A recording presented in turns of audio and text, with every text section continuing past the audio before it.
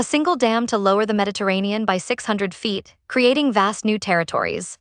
Atlantropa promised a new era of prosperity. But popular mechanics warned of violent volcanic eruptions and tsunamis as a result of reducing the weight of water over the Mediterranean seafloor. Explore the trillion-dollar vision that could have triggered global geological chaos. Herman Sörgel, a German architect, had a grand vision, Atlantropa. He wanted to restructure Europe and Africa into one supercontinent by building massive hydroelectric dams in the Mediterranean Sea. This wasn't just about generating electricity, it was about reclaiming land, uniting Europe, and securing resources for the future. Imagine a project so big it would change the map forever. The centerpiece of Sörgel's proposal was a dam across the Strait of Gibraltar. But that was just the start. He also planned dams at the Bosporus and between Sicily and Tunisia. These engineering marvels would lower the Mediterranean sea level by hundreds of feet, creating vast new territories. The scale of the construction was immense, requiring unimaginable amounts of concrete.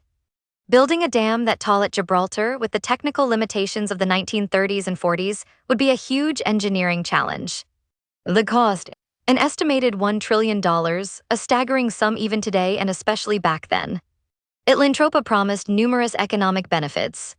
The newly reclaimed land could be used for agriculture and new settlements, easing overpopulation and providing employment. It aimed to make Europe economic independent, securing its own energy and resources. The investment into the megaproject itself would create countless jobs. New shipping lanes opened, markets expanded, and overall trade would boom. Of course, if it had ever been built today in this era, there would be investors, and revenue from power supply would have to be split among them to create some returns. But Atlantropa wasn't without its problems. Draining the Mediterranean would have triggered an environmental disaster.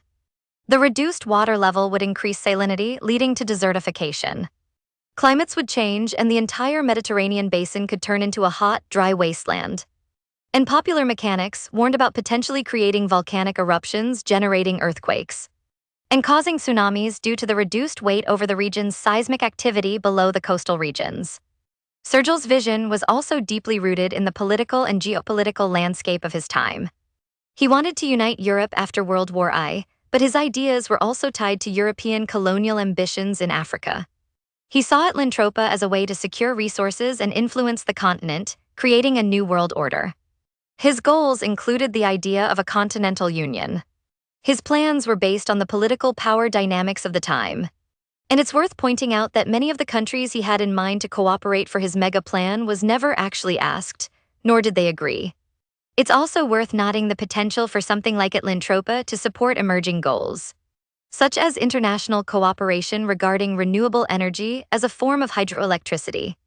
In Egypt, for example, the Suez Canal is the scene for several initiatives and planned projects. The area is becoming a green shipping corridor that will support maritime policies and infrastructure related to hydrogen power. Especially considering there are European countries who will aid by making a financial investment in hydro and technical advancements. So why did Atlantropa never happen? Several factors contributed to its downfall. The invention of nuclear power made the hydroelectric power less appealing. The sheer cost of construction was also a major deterrent.